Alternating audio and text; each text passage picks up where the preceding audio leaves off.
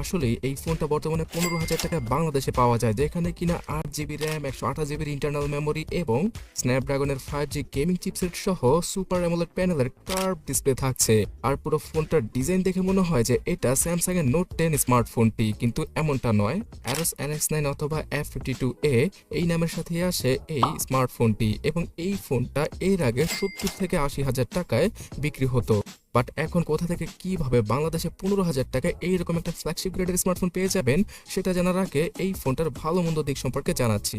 So প্রথম দেখায় Samsung এর নোট 10 এর মতো লাগতে পারে এই স্মার্টফোনটি। ফোনটার পেছনে এবং সামনের ডিজাইন মারাত্মক লেভেলের, এবং সামনে তো মারাত্মক লেভেলের কার্ভ এজের সুপার অ্যামোলেড প্যানেল অথবা ওলেড প্যানেলের ডিসপ্লেকে ইউজ করেছে ব্র্যান্ডটি। 6.3 ইঞ্চির কম্প্যাক্ট সাইজের ডিসপ্লে ইউজ করার কারণে এই ফোনটা এক হাতে আপনারা ইজিলি ইউজ করতে পারবেন। এছাড়া ফুল এইচডি প্লাস রেজলিউশনের সাথেই আসে এই অ্যারোসের স্মার্টফোনটি। তবে হ্যাঁ, এখানে হায়ার রিফ্রেশ রেটকে ইউজ করলে আরও কিছুটা বেটার হতে পারত 2023 সাল অনুযায়ী। বাট একবার এই ডিসপ্লে দেখলে আপনারা হায়ার রিফ্রেশ রেটের কথা ভুলেই যাবেন। এই ফোনটার ডিসপ্লের কালার কন্ট্রাস্ট খুবই ভালো। এছাড়া যে কাউকে যদি এই ফোনটা হাতে দেন, তারা বলবে যে এটা 30 থেকে 40,000 টাকা দামের একটা স্মার্টফোন।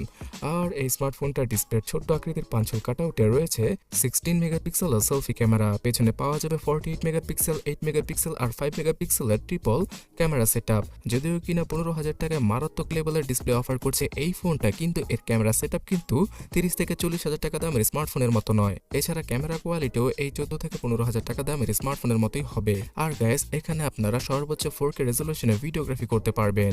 এই স্মার্টফোনটাতে ক্যামেরা সেটআপটা অতটাও টপ নচ লেভেলের না হলেও এখানে পারফরমেন্সের জন্য স্ন্যাপড্রাগনের 765 5G চিপসেটটাকে ইউজ করেছে অ্যারোস, যেটা কিনা এক সময় আমার সবচেয়ে ফেভারিট একটা চিপসেট ছিল, বিকজ এই চিপসেটে কোনো হিটিং ইস্যু নেই এবং এটা 2020-21 সালের একটা সেরা মিড বাজেট ক্যাটাগরির ফ্ল্যাগশিপ টাইপের চিপসেট ছিল। এই চিপসেটটার অন্তত বেঞ্চমার্কের স্কোরও কিন্তু দারুণ। আর গ্যাস, এই চিপসেটটার জন্যই যে কোনো হাই গ্রাফিক্সের গেম অনায়াসে খেলা যাবে অ্যারোসের এই NX9 স্মার্টফোনটি দ্বারা।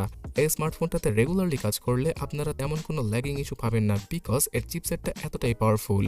তার পাশাপাশি 128 জিবির UFS 3.0 ইন্টারনাল মেমোরিকে ইউজ করেছে ব্র্যান্ডটি, যার কারণে কিনা এই ফোনটা এত বেশি ফাস্ট। আর আপনারা পাবজির মতো গেম আলট্রা থেকে শুরু করে এক্সট্রিম গ্রাফিক্সে মানে 60 FPS এ ইজিলি প্লে করতে পারবেন। ফ্রি ফায়ার সহ জেমশেম ইম্প্যাক্টের মতো গেমগুলো খেলা পসিবল হবে এই ফোনটা দ্বারা। আর গ্যাস, এই স্মার্টফোনটাতে 8 জিবি র্যাম থাকছে, তাই মাল্টিটাস্কিংয়ে তেমন কোনো প্যারাই খেতে হবে না। বর্তমানে সাদামাটা স্পেসিফিকেশনের সাথে যে ফোনগুলো আসে সেখানে 4 জিবি কি 6 জিবি র্যাম দেখা যায়। আর সেই জায়গায় অ্যারোসের এই ফোনটাতে সুপার অ্যামোলেড প্যানেলের কার্ভ ডিসপ্লে, তার পাশাপাশি হেভি পারফরমেন্সের সাথে এই 8 জিবি র্যাম ক্যামেরা পেয়ে যাচ্ছি। তাছাড়া গাইস, আন্ডার ডিসপ্লে ফিঙ্গারপ্রিন্ট স্ক্যানারও পাওয়া যায় এই ফোনটার মধ্যে, তবে তার স্পিড কিছুটা স্লো। তাছাড়া এই স্মার্টফোনটাতে রয়েছে জাইরো সহ সব ধরনের প্রয়োজনীয় সেন্সর এবং ওয়াইফাই, ব্লুটুথ, FM রেডিও সহ NFC সাপোর্টও পাওয়া যাবে ফোনটার মধ্যে। তাছাড়া USB Type-C পোর্ট, হেডফোন জ্যাকের গর্ত সহ ব্যাটারি সেকশনে 3600 mAh এর একটা ডিসেন্ট কোয়ালিটির ব্যাটারিকে ইউজ করেছে NX9 স্মার্টফোনটিতে ব্র্যান্ডটি। তো এই ব্যাটারির জন্য আপনারা একদিনের মতো ব্যাটারি ব্যাকআপ ইজিলি পাবেন না, দিনে হয়তো 2বারের মতো চার্জ করতে হবে এই ফোনটা, যদি আপনারা নর্মালি কিছুটা হেভিলি ইউজ করেন।